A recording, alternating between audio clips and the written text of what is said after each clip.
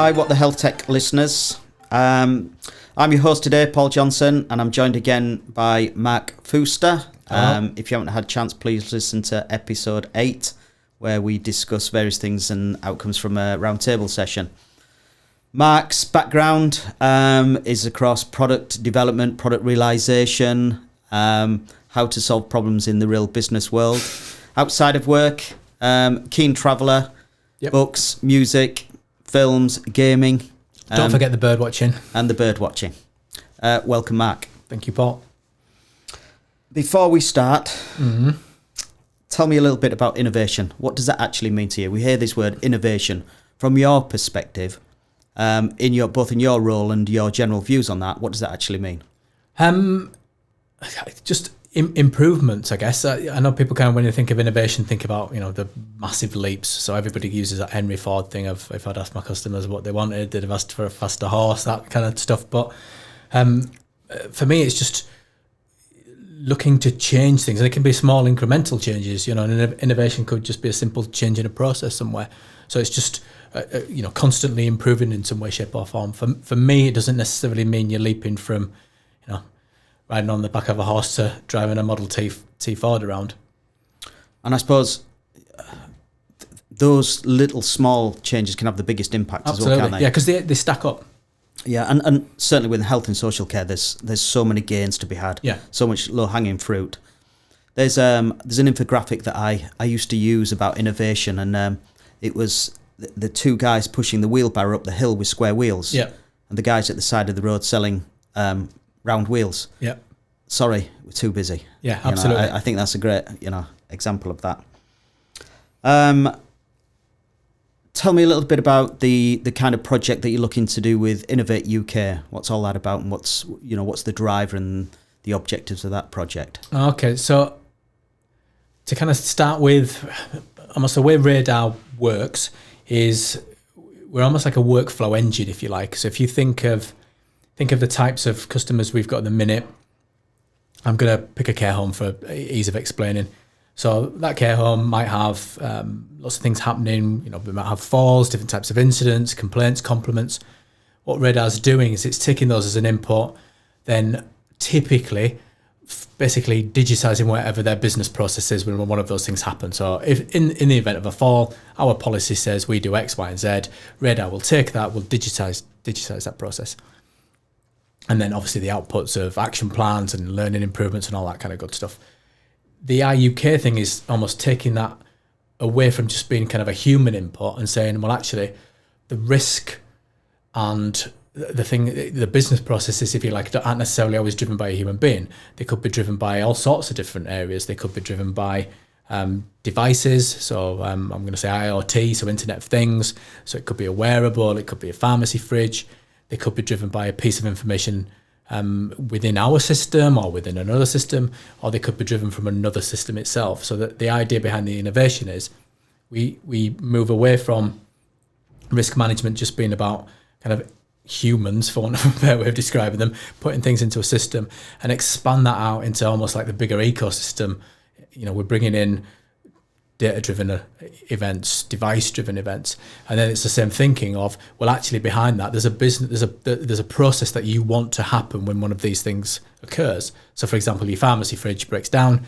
Your process might be, we need somebody to go and check that the medicine's kind of all right, still in date, or dispose of it properly, or get the facilities guys to go out and fix it. So it's expanding it from just being a human element into almost like a digital one, for want of a better way of explaining it. So, in simple terms, Radar Healthcare is going to monitor what's happening to automate a response. Yeah. Yeah, and that response can be whatever your business process is, your policy probably dictates it would be. And then that technology and that innovation, I'm guessing, can be expanded. I'm going back to a previous episode, but we were talking about lots of data and how you can stop people getting in hospital. Is that can that apply? The first step is almost what happens when something goes wrong. So if let's take the pharmacy fridge example again, something went wrong, you're going to check the medicines within that fridge, you might replace the fridge, get the facilities guys to go out. So you've got a bunch of actions that you've taken because this thing has broken down for some reason. The data might be able to tell you before it breaks down that it's going to break down, so you can go off and you can intervene earlier to prevent the thing breaking down. From a patient point of view, you could be talking about a wearable where the device said somebody fell over, or they had something happened basically, and then you followed whatever the process was post that. If that device was measuring, say, kind of blood oxygen levels for argument's sake, it could be predicting a week, 2 weeks before, a day before, that actually this person is more of a risk at falling because they've got low blood oxygen levels. So you get the opportunity to intervene so that the care is preventative rather than reactive. And I guess you've got that cumulative impact as well, that there are more falls occurring in this setting. Yeah, absolutely. Therefore, we want to intervene with improvements. Yeah. In terms of then, partners that Radar Healthcare works with, how do they get involved in innovation and being a part of the innovation roadmap? How does that look? So, the fundamental to it, to be fair, so the customers that we work with are the ones who help us generate the ideas around innovation. So we hold workshops where we kind of discuss these kind of topics, almost kind of open forum things, where it's about what are you doing as a customer, what are you working on, what are the things that are interesting you, so that we almost know, kind of from a market point of view, plus strategically, where are they actually going, what are the things that they're interested in. And then if you are a provider of something like an IoT device, then that'd be reach out to us and we kind of get involved. I suppose just going back to a couple of where we talked about smaller gains being achieved, then I'm just thinking there where a fridge monitor, I mean, that's a ongoing activity that's done routinely on a daily basis. Yeah, there'll be somebody going around with a clipboard, a piece of paper, or so big gains to be achieved by bringing about that. And then in terms of, we're talking roadmap, what's new, exciting, what's coming up on the Radar Healthcare roadmap? Obviously, the bits we've just talked about in terms of that interoperability and bringing in data from other systems, devices to generate the workflows within Radar itself. There's the kind of output of that as well. So again, the action might not necessarily be in a human being performing a task. It could be sending some information into another system that informs it. So it could be sending information back into electronic patient record, for argument's sake, your care planning software.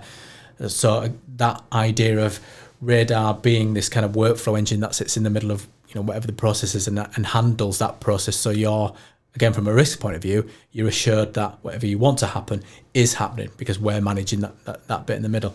So that's kind of a big thing for us. I guess the other one for us is more around the analytics.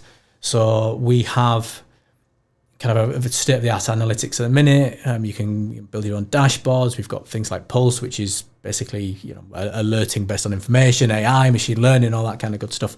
One of the bits we want to focus on is something called kind of natural language query and natural language processing. So one of the challenges, I guess, for some people around analytics is you need to understand how to read a dashboard. You would need to have possibly some experience of how to interpret data to understand what a dashboard might be telling you, when actually what you really want to do is get the answer. So as a user, what we're trying to do is kind of democratize the access to that data, and it's about you asking a simple question of it. So you might go, well, how many falls did we have last week? And you're asking it in a natural English language way in this particular example, and then the system's going off and giving you a response to that. So you're not having to interpret graphs and charts and all that. It's just literally, this is the question that I want the information to give me an answer to. So that's going to be a big one for us. It's about how do you democratize that data, for want of a better way of describing it. I think that's probably the key one. I mean, that in itself just sounds super cool. Yeah.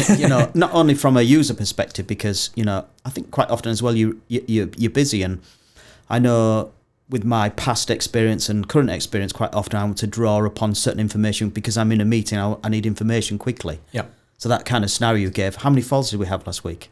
What's our level of patient harm? How many risks have we got? So that kind of premise would apply then. Yeah, and then tie that in with what we've already done, and instead of the data needing to be interpreted, so again from a dashboard, back to the types of innovation, as you said with UK, to actually say, well, if this thing does occur, if we do have a certain level of falls or something does happen, we can just automatically generate the process that we want to happen based on that information. So there's no lag between the data telling you something and you acting on it, because that decision's taken because you've programmed the machine, if you like, to do those actions when this thing occurs. So it's about, again, it's back to that thing of, what the outcomes, and the outcomes, patient safety. And to get to that, you want to be able to, reduce the amount of time people are doing on admin type stuff where, and you want to reduce the time to act. So waiting for a monthly board pack to come out, or somebody, going off and churning away in a room somewhere, trying to figure out what the information's telling you, that needs to go. It just needs to be, this is what the data's telling you, this is the action that's already taken. Brilliant. I suppose then, innovation, if the art of the possible. You've got all the goodies in the drawer. You've got as much resource, capital, whatever you need, so you can solve all kinds of problems. Where can this go? What applying to healthcare? What is possible out there from an innovation perspective? I mean, anything's possible, to be fair. I mean, especially if you've just given me an unlimited budget. I haven't, by the way. I think healthcare broadly, we spoke about it in the last episode, it will be about kind of using the technology that's becoming available, and it will be about shifting from reactive to proactive, and that might be wearables, caring for people in their own homes, that type of thing. For us as Radar, if we just keep the hat on at the minute of, we're about kind of risk management, it would be about us actually supporting organisations as they start to utilise some of this other technology that's out there and start to broaden that risk and start to ensure that actually we're removing that kind of legacy admin manual, task, and freeing them up to focus on the things that, again, drive that outcome, which is what are we going to do differently? How are we going to, change? How are we going to implement things that should impact on patient safety? And then Radar being the tool to allow you to understand, did this thing that I put in place make a difference or not? And if so, what difference? Because I think, again, that's a big thing of, it's tough to evidence where you're doing things and doing things well, and being able to kind of almost corroborate, well, this was valuable time spent and we did the right thing. Touching on some of the other things we talked about with the NRLS and the other podcasts, that thing of, I'm able to evidence where good care had an impact, you'll then be able to take that and you'll be able to push that out into the Radar community and then understand what impact it had for them as well. So, this had a great impact in Trust 1, right, we're going to put it into the rest of the trusts. What impact did it have there? How do we change it? How do we take the learnings we had from putting it into other trusts and feed it back in? And it's that mechanism, that loop of constantly learning and constantly changing what you're doing. Yeah, I was kind of, when you look at sci-fi, how many things became a reality, and that comes from somebody. Minority Report's the always one for me. And that imagines, if you can imagine it, then technology can be that enabler to realise it. So where do you see Radar Healthcare, in 5-10 years? What does that journey look like? I would hope we were across most of, if not all of the NHS and international, I think, as well. So I think kind of going into the Middle East and North America for us, I think probably the next steps. Brilliant. Thank you, Mark. Thank you, Paul. Thanks again this week for joining us, What the Health Tech listeners. Next week, we're going to hear from Mike Taylor, CTO at Radar Healthcare, and about integration really means, why it's beneficial and how important integrating systems is for the future. Don't forget to rate and subscribe wherever you get your podcasts. And if you have any questions for our guests and for Mark, then please email us on whatthehealthtech@radarhealthcare.com. Thank you.